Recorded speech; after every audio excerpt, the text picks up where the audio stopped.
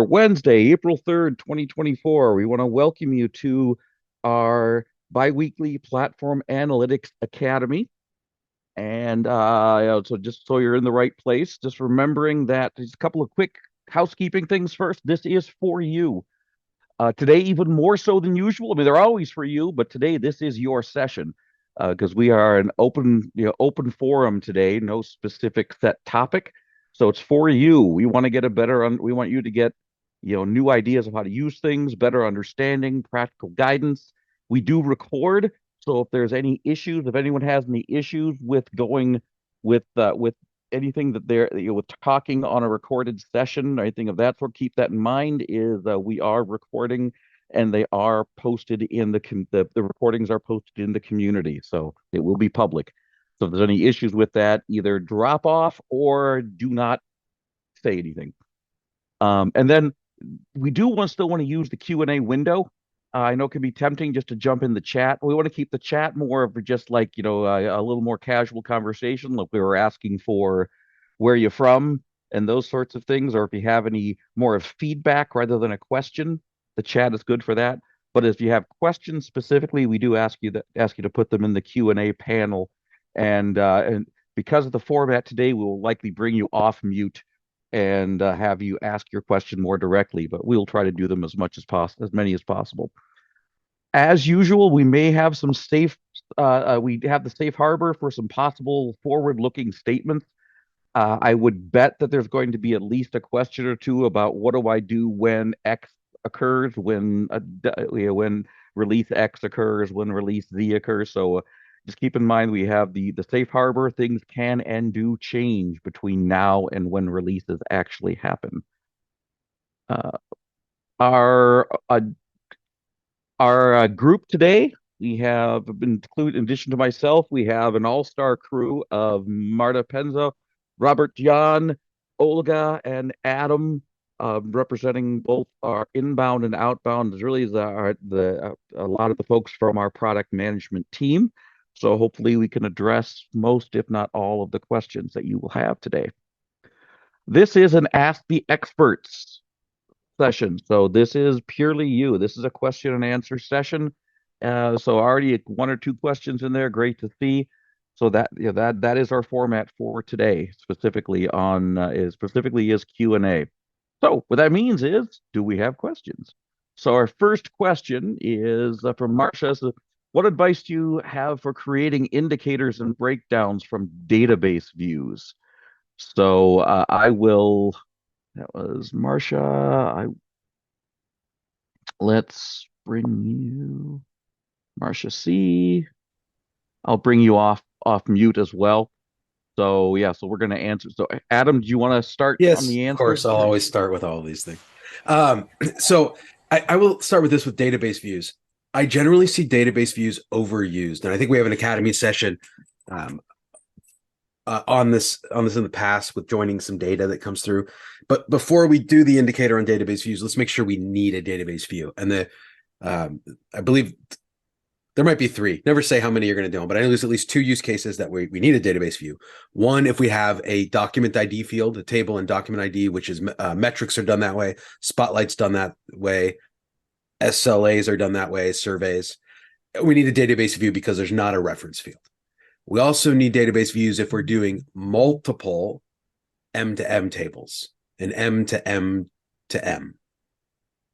If I only have a single M to M relationship, like if I'm doing incidents to problems and I have multiple incidents to multiple problems, if I build my indicator on the M to M table, I don't need a database view.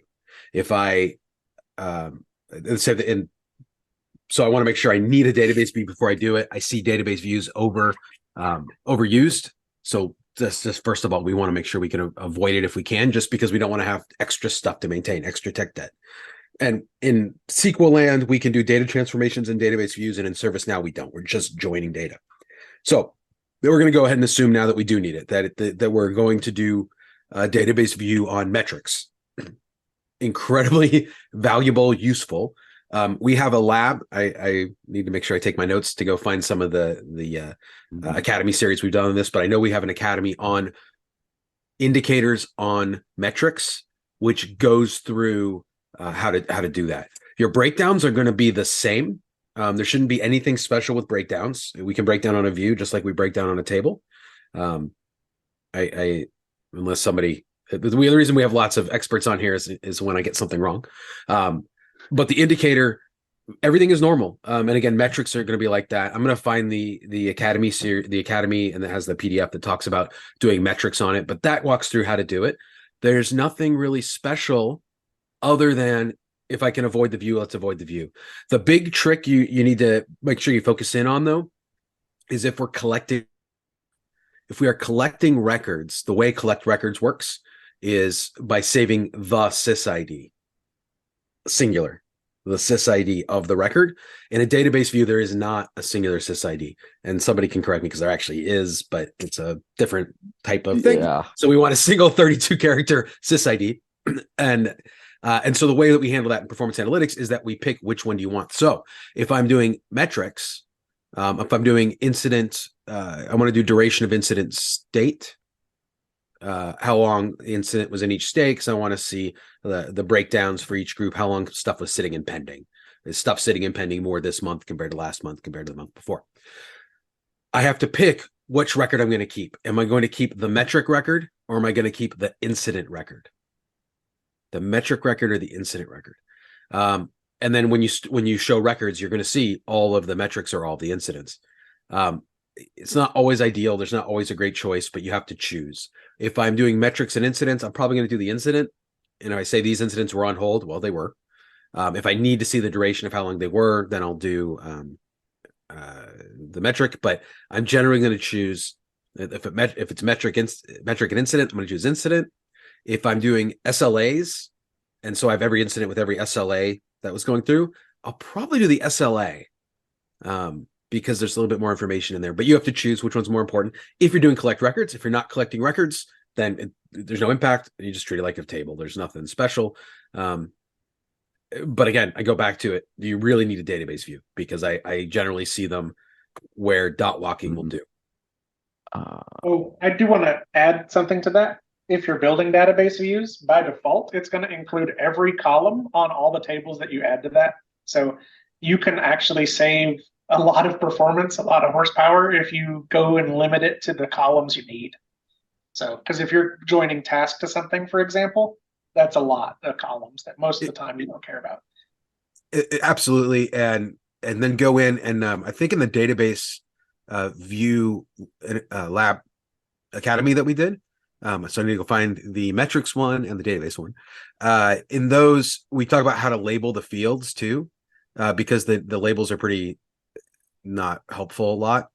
Like number, you might have 3 numbers because you have 3 tables that you're joining, or task, incident, and problem, and they both have number. But there's a very quick way to label those fields. Very helpful. Make sure you include the fields that you want to report on, and you must include the fields that are in the joins. You must include the fields that are in the joins. Don't ask me how I know that, but let me tell you, you need to do that. And as Josh said, what I do is I create it, I get all my joins right, and then I go into each table and make sure that I reduce it down to what is reasonable.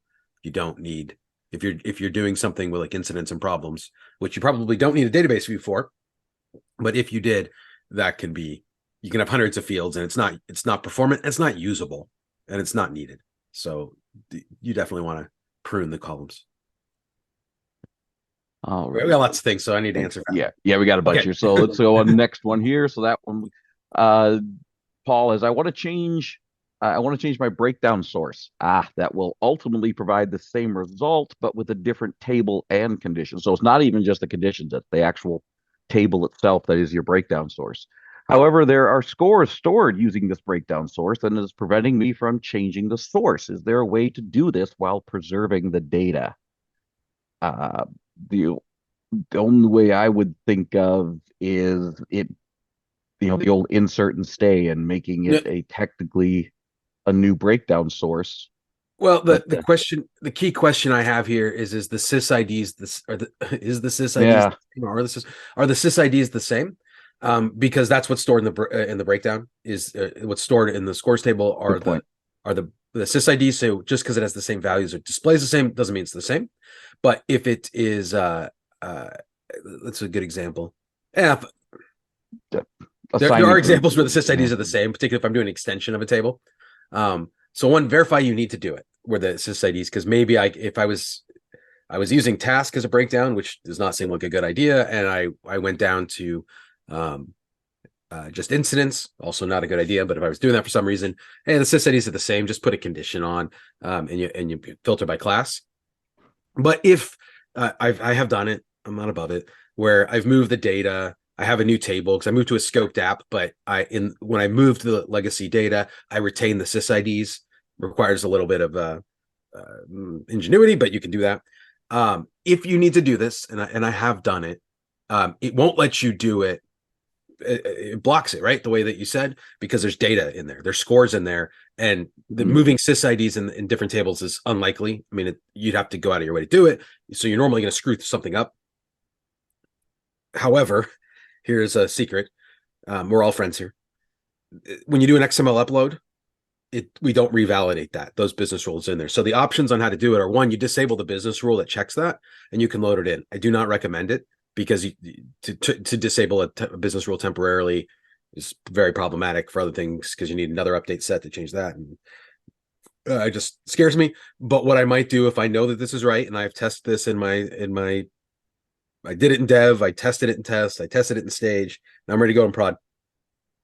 If you get the XML file, you export it, you manually change the breakdown to the right sysid, and then you can load it back up and load it back in. I think you can do that with the script as well, because the script can turn off business rules. That's probably fine. But you're going to do something in the background to just replace it and bypass the business rule. The script can turn off the business rule, and XML upload will bypass the business rule. Both of those work. High risk, very high risk.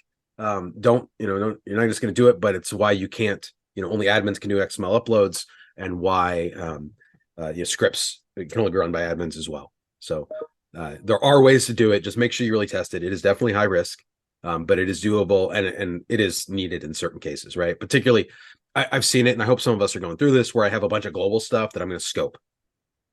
So that's where I would go with it. So be careful, and test. All right, thank you. Robert John, were you gonna Robert John and Josh? I know Josh, you had kind of put the question out there. I also promoted Josh to panelist. So if you wanted to quickly just kind of discuss what it is. All right. Yeah, basically we've been, so in my area especially, I've been demoing a lot of Now Assist stuff. One of the things that we demo or have been demoing is like the vision slide, I think, that shows being able to run that natural language query from within the Now Assist drop-down panel and have it respond with charts. Like, I want to see the incidents from the last 30 days that were caused by a change, broken out by category. And so I was going to say, I know we get a lot of interest from customers on that. Do we have any kind of like a timeline, rough estimate? I know it's all safe harbor, but. Yeah, Josh, back to your question, the natural language querying, specifically in Now Assist or as we have it currently within the Analytics Center.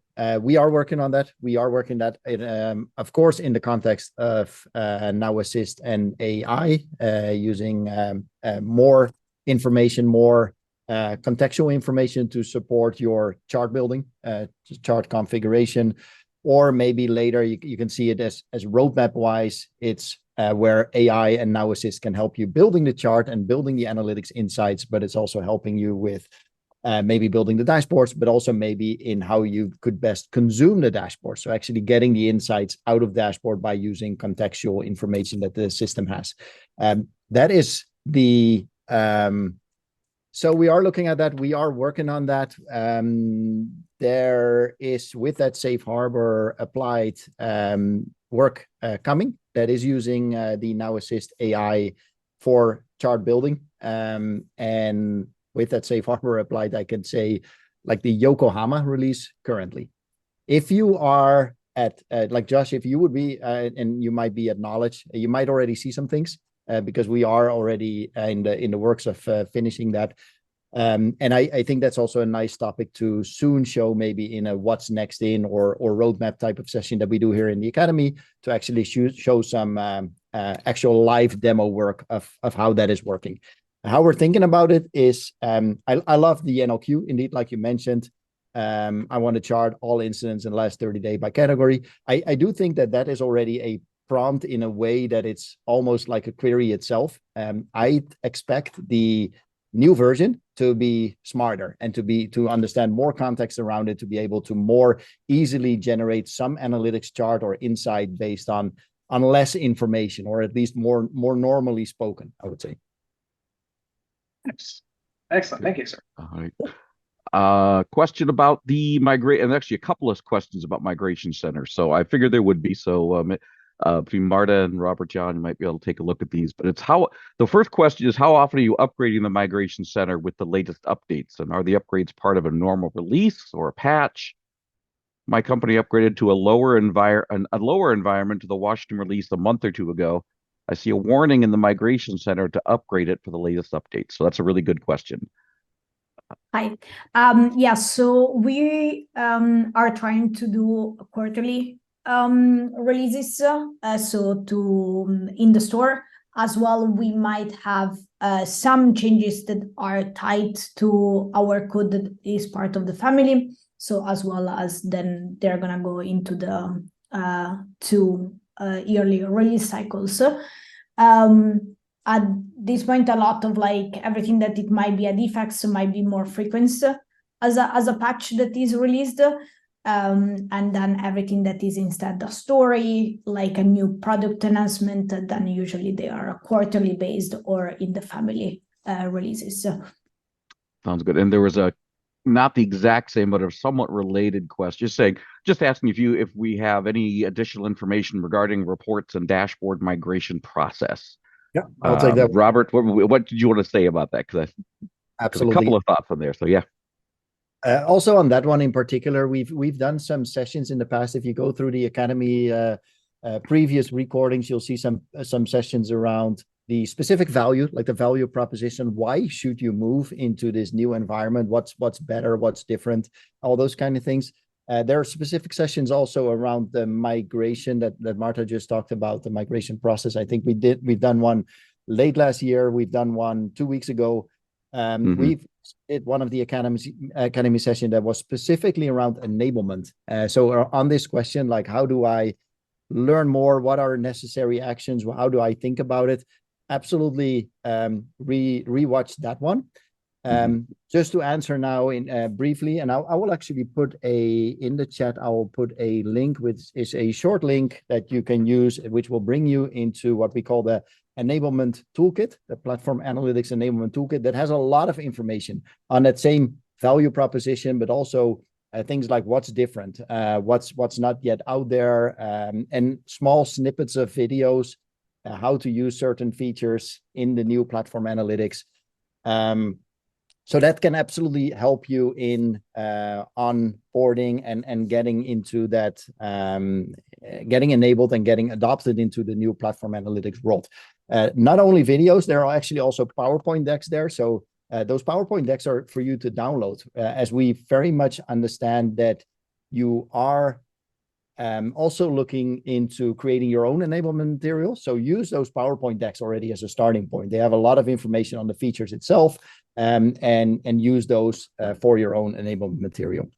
In general, one thing, and we always mentioned, and Adam and Dan know it, that during the Tokyo, Utah, and Vancouver release, our messaging around platform analytics workspace back then was very much on there's this new platform analytics environment. A lot of the new tools and capabilities are over there.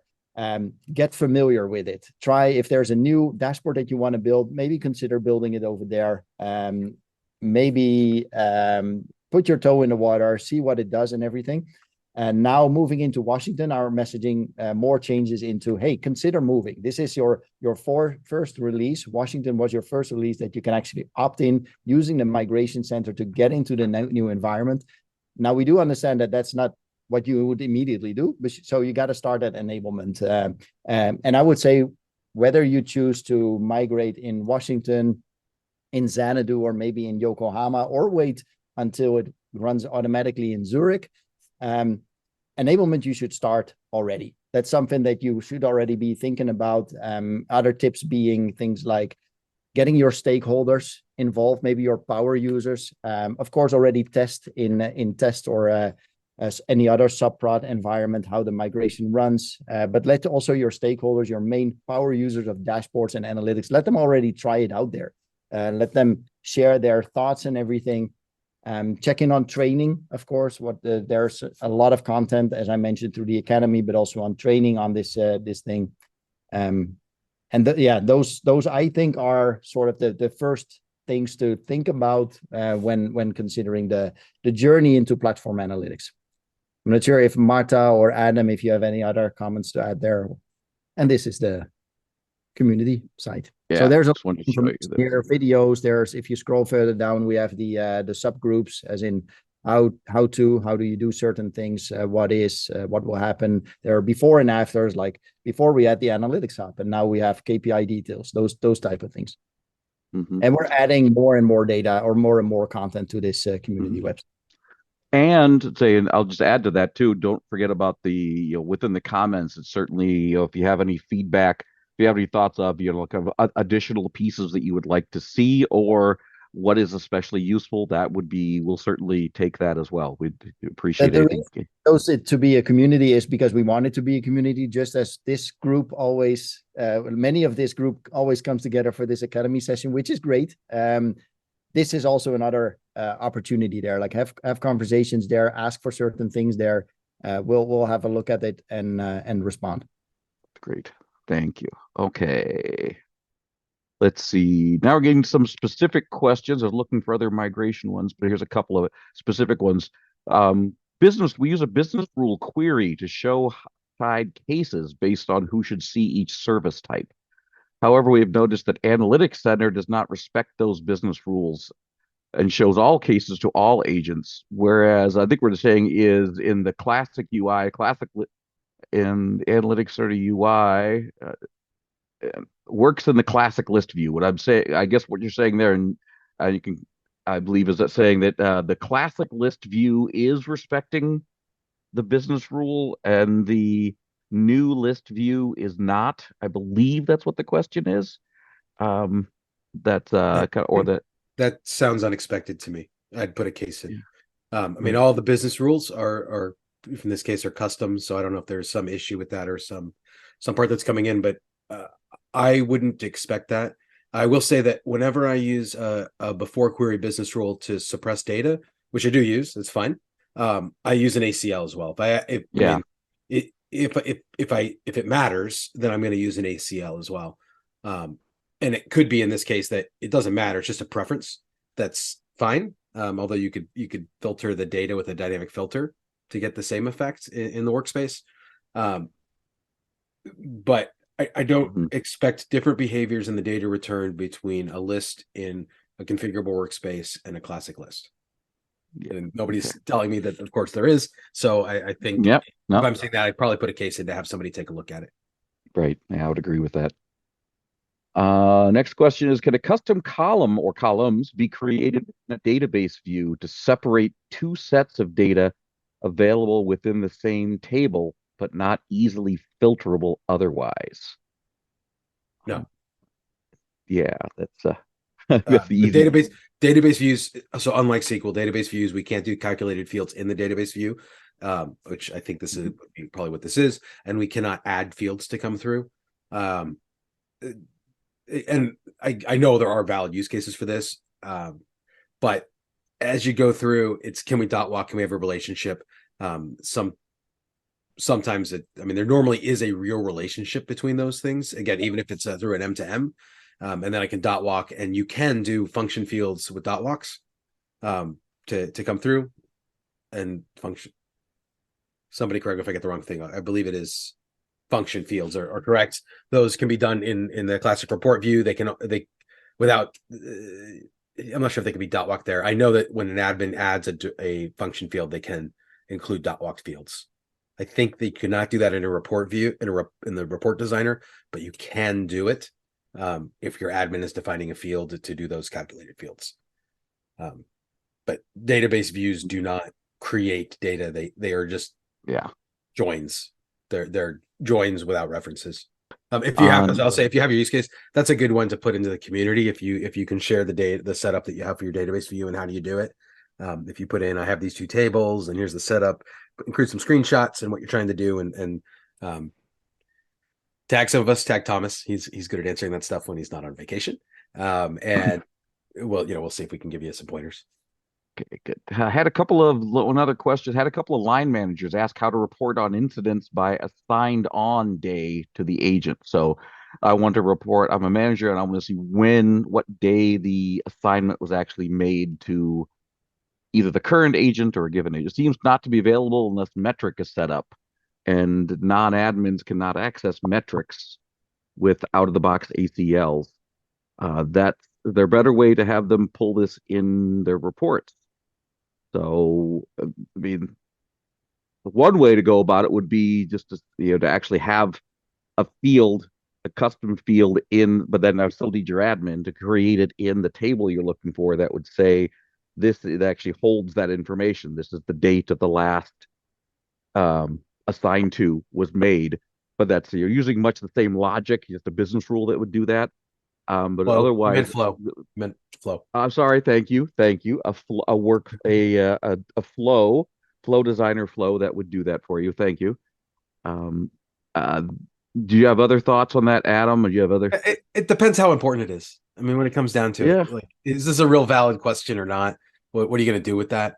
If it is valid, and I can see that this is a valid use case that I want to look at some workload or something, and an ad hoc to come through, then I would look at I probably would add a field on the assigned date, last assigned date, right? Because what happens when you reassign it, you have to think about some of that stuff. But assigned to in the current thing, you put in a small flow. It actually might be a prefer business rule to set it as well. Don't be afraid to do that, but you put it in there, a little bit of code, and then that report becomes really, really easy on what comes in, and you might be able to even do some trending and indicators about how much I'm getting each day. That's probably how I do it. You could do some type of dynamic filter as well that go look at metrics, or you can add an ACL that lets them look at that very specific metric.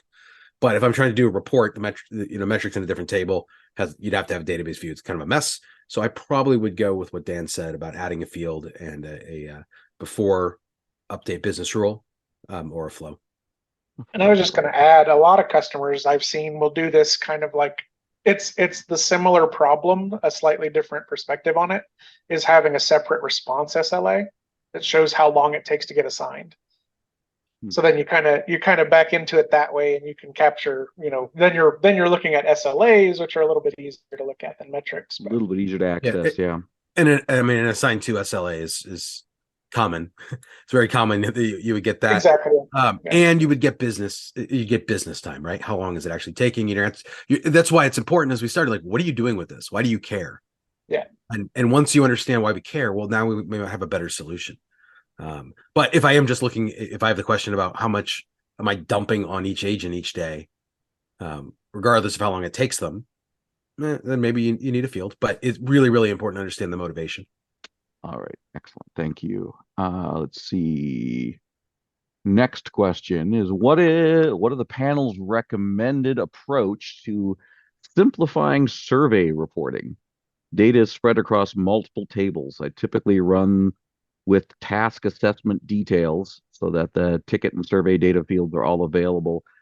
And it's simple to report one of the responses to one question, but there never seems to be a simple way to present a clean view of all the questions and answers without multiple click-throughs. That's a little bigger question because, there are some approaches to take there. I know I've done some things with similar, and actually there's another next question there on time cards. It's actually there's some similarities in that, but that's to simplifying the survey reporting. I think the approach you're taking is that saying I'm starting from the task assessment details and go and kind of running from there, so you can kind of get to all the dot walked fields from that as the core record starting point. But there still is the to report responses to one. Also, I want to report on all answers to one single question, or that. What are other thoughts on some other thought from the panel's perspective? I mean, I would think we just did, or we just sorry, it's been a few years ago. We did an academy session on this about how you build a sounds database. familiar. Yeah. So I definitely go look at that if you want to report on surveys. The survey tool itself has some built-in views, which of course are good to use. But if you need to change your report, generally what we end up doing is creating a view to build it. And I believe Thomas did an academy on this a few years ago. It's still pretty solid because you're going to create a database view, and it just walks you through how to create that database view, which is scriptable as well. You can actually just script it to create that database view for you, but then you'll have a database view for that reporting. It is we have how to do that. I believe it's in the backlog, like the same way we improved catalog variables. I think I'd like to report the same thing for surveys, but it hasn't gotten scheduled yet. But we have a bunch of our inbound team who's hearing that request, and that's what they just asked for: simplify reporting on the surveys.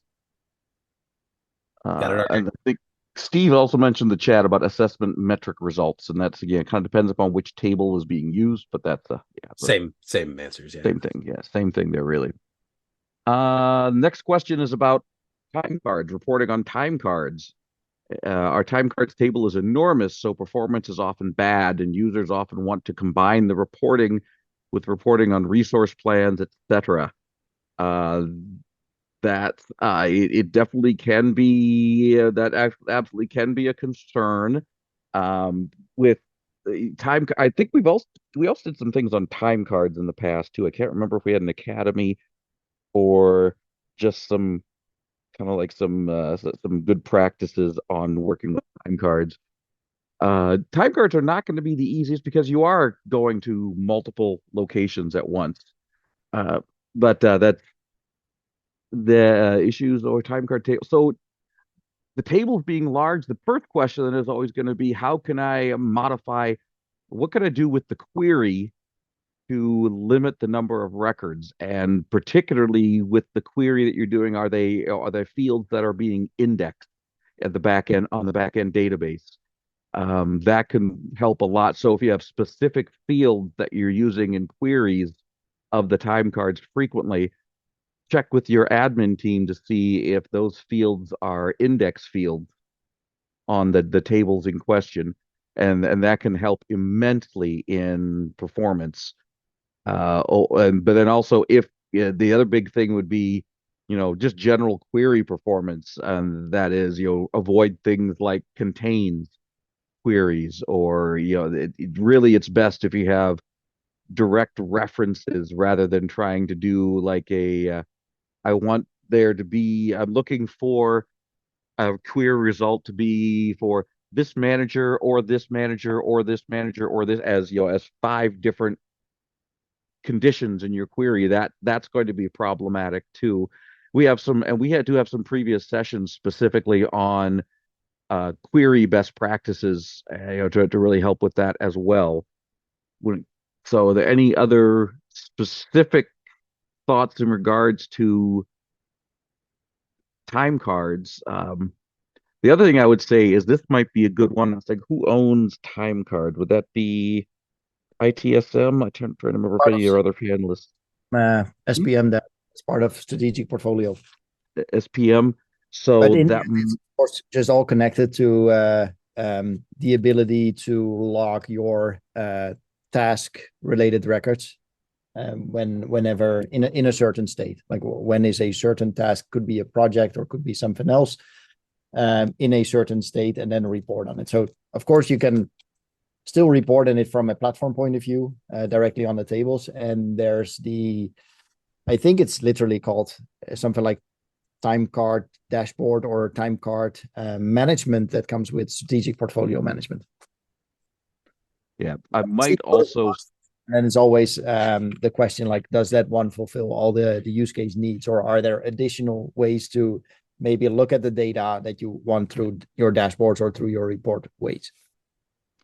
So it might also be useful to check in with our SPM product team to see, because they may have some ideas either already in place that we are not aware of, because we're just looking at reporting. We're not looking at best case reporting using the given tables for the different applications. They may have some insights in that, but they also may have some roadmap considerations too for making that a lot easier. And if they don't, that'd be great product feedback to say, hey, this is something that we really, really need, and they can approach that from the way that they're structuring their tables and their data.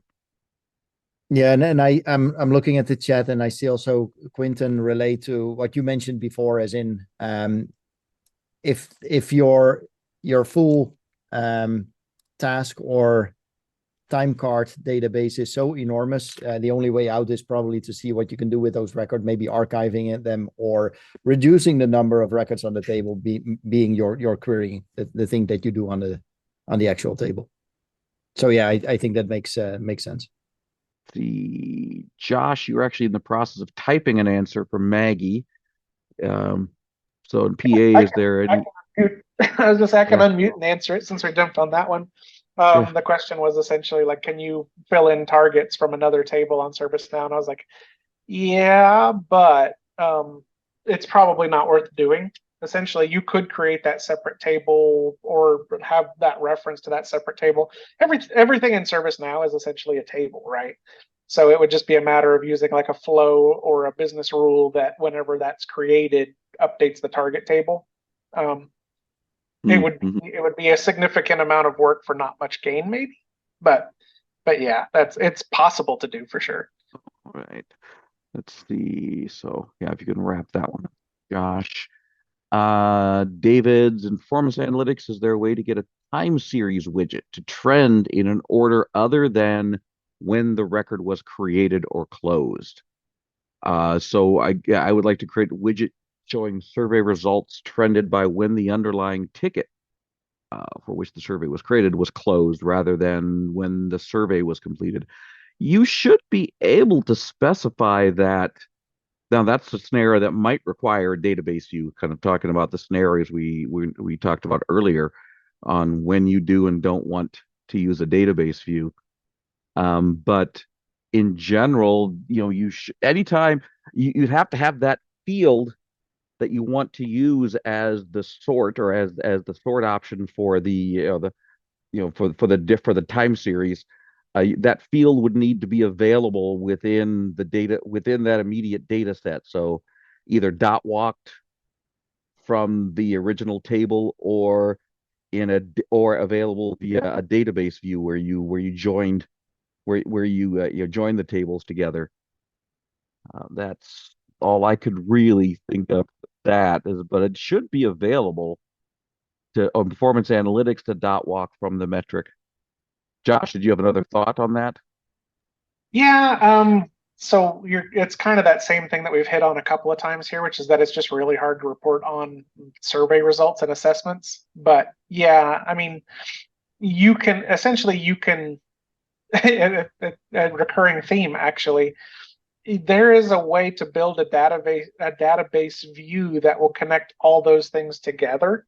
And then it just becomes like you can trend by any date field whenever you do the dashboard. But yeah, it's going to be a bit of work to try to build what that database view should look like, how to connect those things. Is Zurich a confirmed release? We will confirmed release, we will no longer be able to use dashboards. So I know what Marta is here. Marta, is that between Marta and Robert Jan or Olga? So, I would say indeed, yes. the communication, yes, is Zurich is the release in which we're planning to deprecate the core UI dashboards, and also to make sure that everybody has done the migration.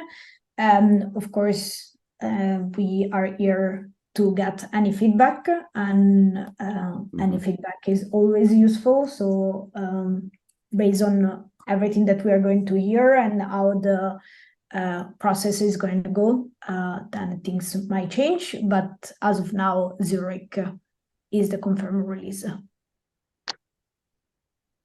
it kind of goes along somewhat with the next question on the question on that Marta you identified as answering, but they're going to be sessions on Migration Center at Knowledge. So And coincidentally, the answer is yes. yes. Dan and I really know. Like we are gonna have definitely a lab on the platform analytics experience as well as the migration itself. So be on the lookout for that one. And we are also, few of us will be at Knowledge at the booths at the theater, is also doing more presentation regarding the migration and open for answering any question. Thank you, Marta. So, yep. I'm going to come back to the question on what's fees or no fees for feature PA features, because there's some complexities to that. So I'm going to parking lot that for the moment and come back to that. For scheduling reports in platform analytics, PAE or PAW, the only file type options are Excel and PDF. For Excel, the file is sent as an XLS. Can CSV be available, and couldn't there also be an XLSX? So I'm going to leave that to our inbound product managers to have. Right now, there isn't. It is not in the short-term roadmap as of now, but I think feel free to share the use cases that you have and why you need them. We might want to actually maybe deliver some of the capabilities that you're missing, for which you are looking to export the data inside the platform itself, if it's possible, instead of you like exporting the data somewhere else. Rebecca, and Rebecca had your hand up as well, so I'm going to assume these are one and the same. But they had a question on, is there a way to show metrics on how often people with ITIL licenses are performing actions that require the ITIL license? Oh boy, that's going to get into some of the licensing. What licenses, what permissions, what licenses I have access associated with my account. Often people with ITIL licenses are performing actions. So I guess maybe I will take you off of mute there, Rebecca, but because I'm interested to see what it is you're ultimately trying to accomplish with that. Here, I'm gonna allow you to talk here, Rebecca. So, could you expand on that a little more? So, what is it you're trying? What are you trying to determine whether or not there's appropriate use of the licensing, or? Yes, essentially, yes. We have a lot of people that are requesting licenses and they're using it maybe, if they use it at all, they're using it maybe one time and then never again. Because I know this sounds similar to the knowledge session. It's some similarities, Adam, to the knowledge session we did last year, although did Adam already drop off? I think he might have. Yeah, he had a drop. We did a session on reviewing on how to create a process that would allow a manager or a user to review license allocations to say, are these still the right license allocations for the right people? It's not exactly that answer on that, because I don't know that there is a way for us to identify that specific, just proactively say, there's a person with an ITIL license is doing an ITIL based required exercise. I don't know. I suppose there'd have to be a way, but it seems like there's just so many different variables involved in what the different license entitlements allow. I don't know if I could do a single database view or anything like that would give me that. What I might do is, I know there was a Knowledge 23 session where we talked about at least a way. It's more of the looking at it from the other perspective of how to wait to send out certification requests of managers or from role owners to say, these are all the people that still have this particular role or still have this particular entitlement. Do they still need them? Okay. Where we look at it from that perspective. So that might be one possibility. It's not, but I can't think of any other way specifically to get the I don't know if other guys, because I think there's so many different ways we can look at those entitlements. Any other thoughts from the rest of the panel? Hearing none, I think I'm going to assume that we probably want to look at. So if we can find that, if we can't find it, if we can't get to it yet in this session, we will put it in the we'll put a link in the community page for this particular session that identifies what that lab that we did last year at Knowledge. At Knowledge 23. Okay. Because I Yeah, know in Knowledge the 23. past I've been looking at through the event log. Yeah, it gives you there's some limitations in what you can get Mhm. and how long it's there for. Yeah, I don't know. I think that's a really good question that I don't have a really good answer to. At least to do that proactively. It's what we have, I think, is a solution to look at it reactively from, do these 15 people really need this entitlement sort of thing. Okay. So, but All right. Thank you. I'll give you something. Let's see. We're at 10 minutes and we have about 9 questions. Again, if you have questions, please make sure they are in the Q&A panel and not in the chat panel. So some people are putting some suggestions in the chat, and that's great. If you have suggestions of how you would answer the questions. So like Kathy put in the events log. So some things like that. But if you have questions, please make sure that they are in the Q&A panel. That way we have them logged. So even if we don't answer them today, we have the remainder of them to go back. Because I know Thomas always mentions that when he formats these after the fact, he will actually even put in links to the timestamps of the questions when we have these Q&A sessions. So if we don't get to your question today, we will also have we'll have a log of the questions that we didn't get to and that we can follow up in at least through the community. That's if you use the Q&A panel. So another question has to identify which features of the features of PA is it free or not. I'll go back to that again. Is it the same table on the service availability? That was a question. I think that was a follow-up to another question. So I don't know who answered that on service availability. So I come back to that. So Maggie, if you haven't already, if you could maybe put a little more detail into what you mean about that, because I think it was a follow-up to another question. Is there an option to write scripts on aggregation options for a report? To write script on aggregation options for a report? An aggregation. So you're talking, I guess I'd need a little more information. That's an anonymous attendee, so I don't know who to unmute. So you may want to follow up with another question there potentially. That I'm not quite sure exactly what option, aggregation options you're looking for. Because normally reports do not have aggregations. That's really what indicators are for, is that I want to aggregate this data set and say what is the average amount of time it takes for these records to be completed, or what is the average duration of something happening within an indicator. Reports generally are not going to do that because reports are really looking at it at a record level. So I want to report on what's happening at each individual record. But if you have more details on that, maybe if you could, whoever wrote that question, maybe type in another question so we can understand what kind of aggregations you're looking for. Can database views be constructed? Actually, I'm going to go to the one that Robert John had the next one. So we'll come back to the database views. Colette, Robert John, you said you were going to answer the question on the dashboards in the new Platform Analytics Center, but it was just said that dashboards will go away in an upcoming release. What does that mean? And what do we use instead of dashboards? So I have some thoughts, but Robert John, I think you probably have some similar thoughts to me on that.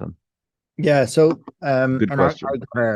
I have to learn myself, and I admit and I agree that whenever I talk about platform analytics and I talk about things like dashboards, I should probably mention specifically which type of dashboards and where are they located in the current world. What I meant, or what we meant before with dashboards going away, the whole change into platform analytics any type of experiences over there, whether it's the new visual designer or it's those dashboards, those live in the platform analytics, the new platform analytics world, which you might have in your current instance already as platform analytics workspace. As of Washington, there will be a platform analytics menu item in your left side menu, and that's basically the new platform analytics experience where all those improved new features will be. So whenever we talk about migration or whenever we talk about dashboards going away, it is planned that over time through that migration, you will actually move from your old Core UI 16 dashboards. So that's the one that you would go if you go to self-service, or if you would go to the dashboard overview in Core UI 16. Those will basically migrate or move into the platform analytics dashboard. So dashboards as an entity are absolutely not going away. On the contrary, we're actually improving them. We're making them better and already added a lot of features to them. But it's that migration that will bring you from old Core UI experience into the new platform analytics experience. And that's all part of that whole initiative, that whole journey, that's platform analytics. On that URL that was shared before on the enablement toolkit, actually, there's a lot of information on that in particular. For example, I think if you would even click on the what will happen, I think there might. I was just thinking that one, yeah. Yeah, there might be one as in what will happen with my dashboards or with my reports or my performance analytics indicators. So there's literally a video there. If you play that one, you'll also get the small explanation on what will actually happen. I know we're coming up short on time, but I know Sam had the question about database views being constructed in a workspace. I'm going to throw that out to my inbound team. I don't know. I don't know that we'll have an answer to that because there's a kind of followed up with this is the CMDB query builder being going to be made more universal.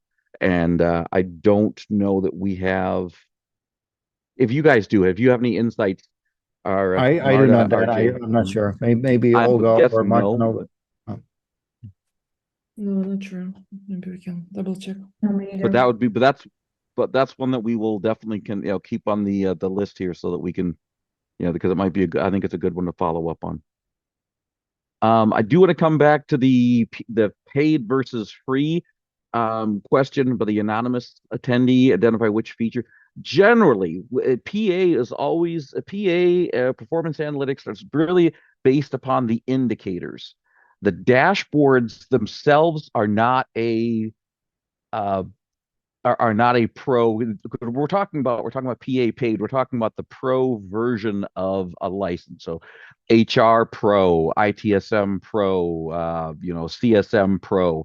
That's when you get the additional analytics capabilities, and that's so the ability to create indicators is generally going to be the big one.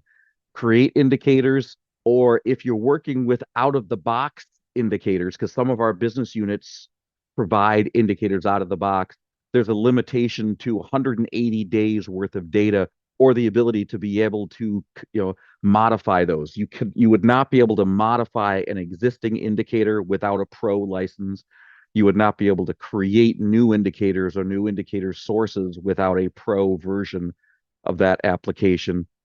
There's some other stuff coming up in the near future around forecasting with an AI. I know we could get. I don't have a lot of time to talk about that, but there's going to be some really neat stuff that started, I think, in Washington, maybe even sooner, where it is available when you have the pro version of the licenses. But generally, if it's a real-time query or a real-time table, that does not require any additional licensing.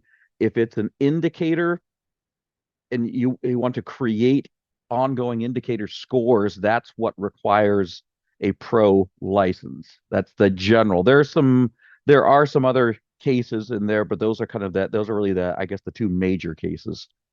And then just to continue on that, there was actually another question that I answered through chat, through the message, which was related, which I think is a good idea for us to. The question was on if the difference between PA standard, complementary versus PA premium.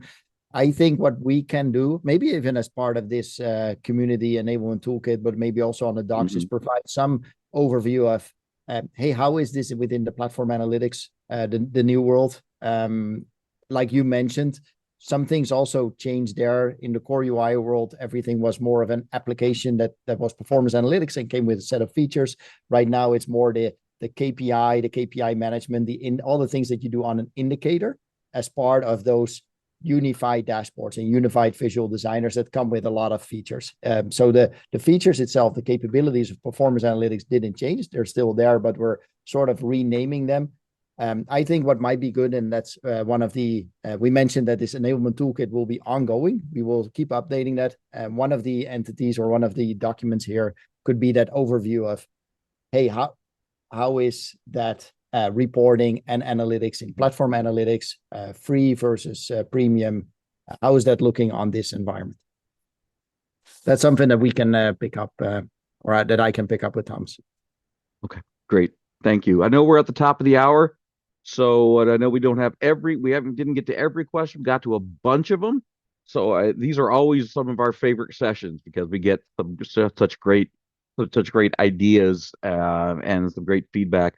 But as I said earlier, we do have the list of the questions that are both answered and not yet answered. So we will certainly do our best to try to get the unanswered ones answered within the community post that goes along with this Academy session. I want to just do the quick. I know for many of those who are, a lot of folks have already gone, but I will just do one last reminder of, some of our, come on, there we go. Just some of the follow-ups here or the resources that we talked about a few of these resources already that we have our Getting Started community page, which talks about FAQs, best practices, training overviews, a lot of the pieces that we've been talking about today, access to that enablement toolkit that Robert Giannis mentioned. There's a lot of work that's gone into that and will continue to go into that. So I really strongly recommend that the enablement toolkit as a great resource.